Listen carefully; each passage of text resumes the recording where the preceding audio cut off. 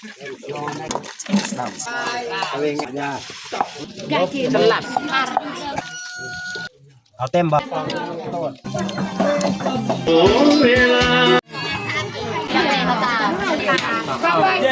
จิไม่มายังนาอันนี้แมนข้าเจ้าแบงอย่าลืมกดไลค์กดแชร์และกดติดตามเด้อพี่น้องทักทายสบายดียามเช้านะพี่น้อง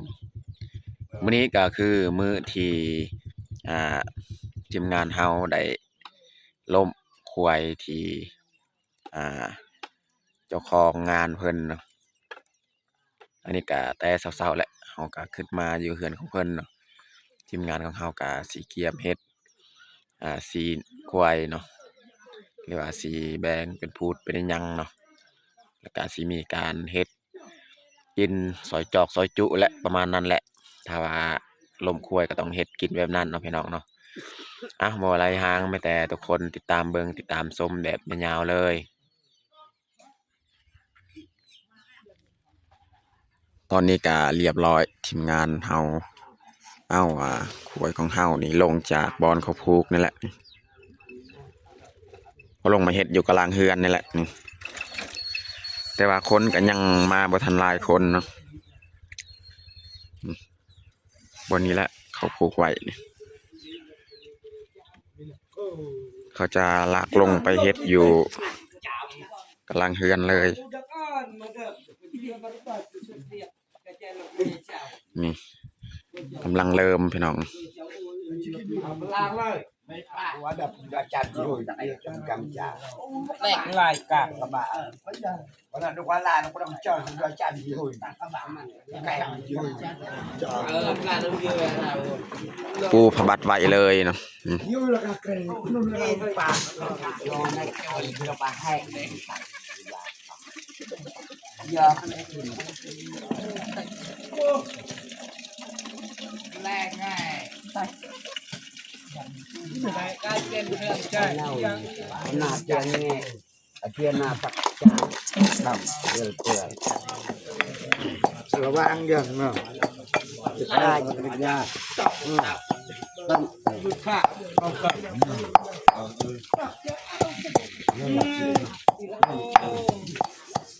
คนไหนอัพเลยใช่เอาโมดจุดได้ถึงนินเอาง่ายกระดาษเตรียมเปล่าๆไปไว้ลงนี่ก็ยังกะว่าคนได้กินดินหน้านั่นเนาะไก่ที่สลัดก็ดาวem đi từ này nào cũng tình của màyมีกระตาลาดด้วยล่ะเพี้ยพี่น้องโอ้มสิลนหมอแล้วสาวลงอย่าบ่เจอไปเอาบ้านดำกับไอ้ใหญ่กลางบ้านชิวกระสับกระว่าเต็มมือเอาเต็มบ่สำนี่แหละสมาร์ทเนาะนุกของเอาบ่ok ok พงสลดเกลือลงไปบกคมบกเข้มข้นเอ้ยเป็นยังไงสมา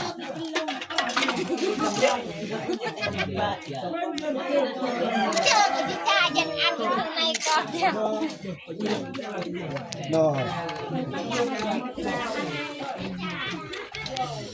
อันนี้ลงเลย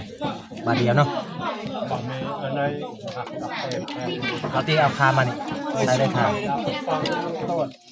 เยี่ยมบ้านเลยทรายsai pak sama misian มันหอม balik rem leo ya มาเตือนเอาหมกเพชรทันตามที่เราไม่สั่งเราจะแบบตุดตลุกใจนะรับแซงตั้งไงคือเขาไม่มาถือเย็นตั้งไงไปยังบ่ เอาตั้งอีก แบ่งให้เข้าอีกคนอีก แบงยังเข้าไปตอนหนึ่ง บอกให้ผู้หญิงไหน จะแบงดิ ที่เป็นเมจาจะเอาเขาจ่ายยัง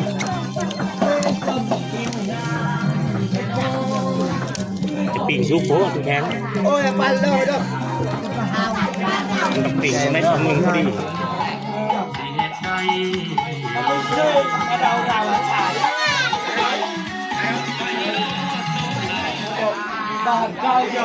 คนกะเข้ามาหลายแล้วมันแต่ว่าซีนของเฮานี่ยังบ่ทันได้แบ่งได้ปั่นเถือกำลังปาดเป็นพูดเป็นตอนพี่น้อง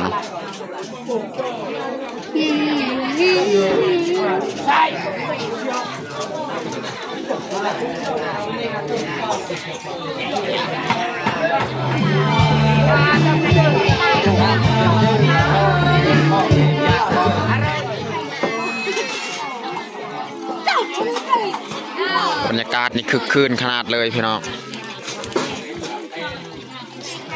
มีการปิ้งการกินมียิงมียา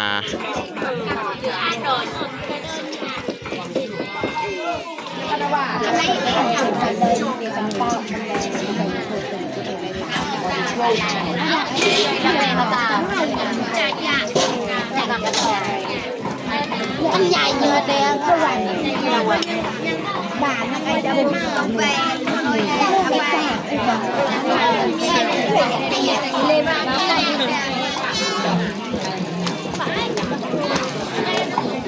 เลยมาไปเพาะด่าลายมันป่ายจักจักกับเราบ้านนั่งจักตะวัน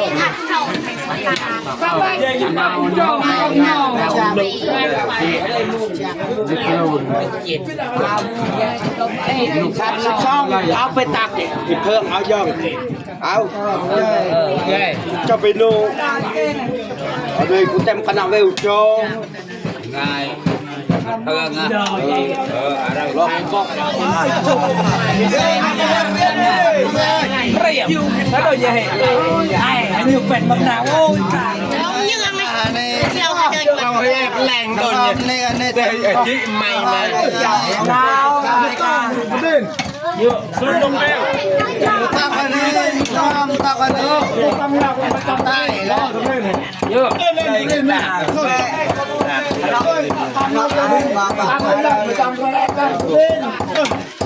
lan con đẹp mồi dầu có một bên gì một đấy à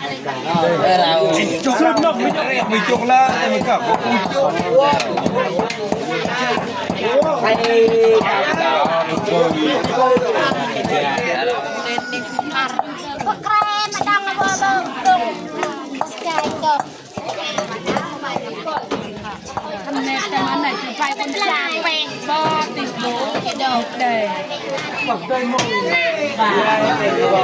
ตอนนี้เขาก็กำลังแบ่ง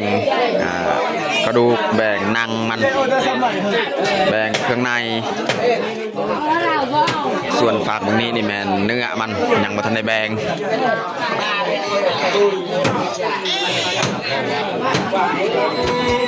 น้องนางสิไปโคแสงอายขอเวลาอีกคนเข้าสิ้นหวังปีนี้ใครยังบอกขอแต่งน้องนางสัญญา ตอนนี้เขากาอ่านรายชื่อแต่ละครอบครัวออกมาฮับซีนของเฮาอันนี้ก็แมนพวกซีนพวก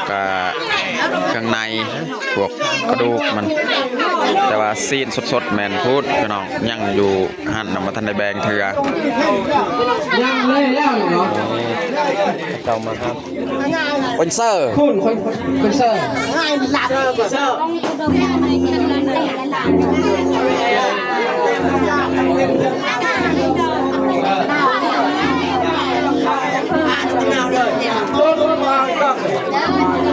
จน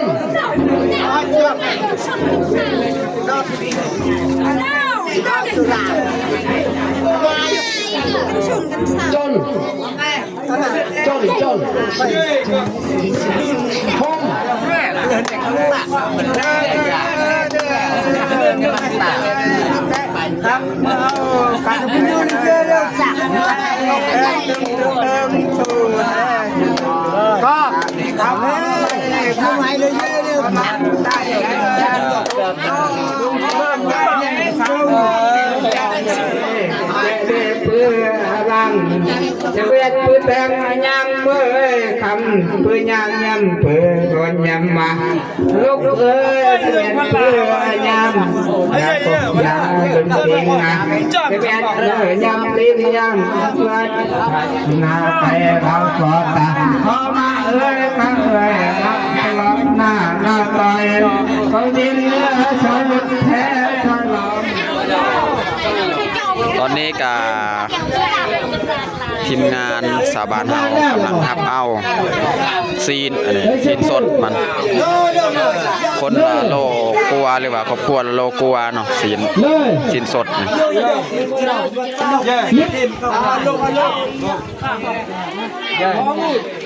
แล้วแหละคงใส่หนอคำหนอคงใส่อ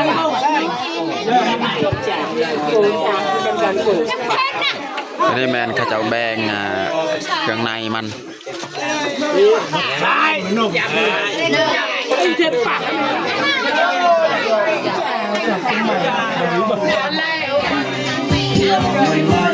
ให้ลูกไปมีแทนที่ต่อไปว่าสิตากินสิกินหรือเอามาพี่มาเพียงเพื่อให้เมียของให้ภูมิใจ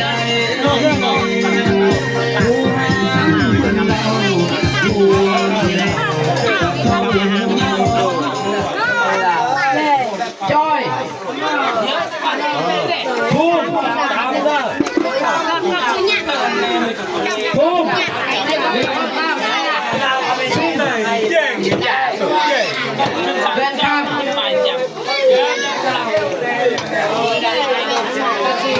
อันนี้เขาจะมาฮับเอาเครื่องใน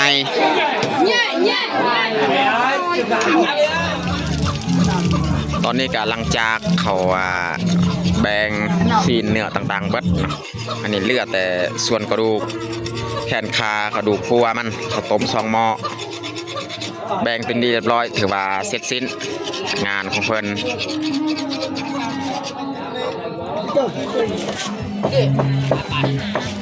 สุกเรียบร้อยพี่น้องต้มกระดูกหัวกระดูกแขนขามันจะปรุงเลยบนัวเดียบางงามเรื่องกินใจอยู่เตอร์ให้กินเจ็ดกินใจอยู่เตอร์มาเลยเนี่ยเป็นเตียงตะกุเราเตียงมาไงงูโอ้ยใส่ในกระดูกลองซิมกระดูกค้างมันพี่น้องจ่าลงกระดองมูนาเนี่ยเป็นกระต่ายนะได้เ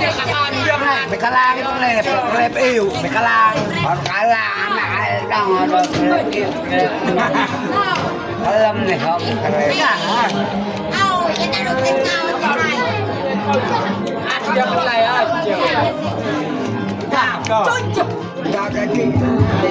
ตอนนี้กะอิสำเร็จอันนี้กะเลือกระดูกหัวกระดูกแขนขาเนี่ยเขาออกแต่ซีนมันซื่อในนั่งมันแบ่งอันนี้แล้วก็ถือว่าสำเร็จงานของเพิ่นสำหรับมื้อนี้เนาะ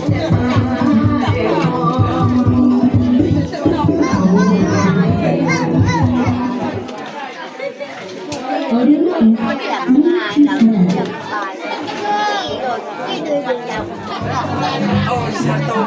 นี้ก็สำเร็จเรียบร้อยเจ้าแบงเสียเอาของเฮาเลย มาเองเลย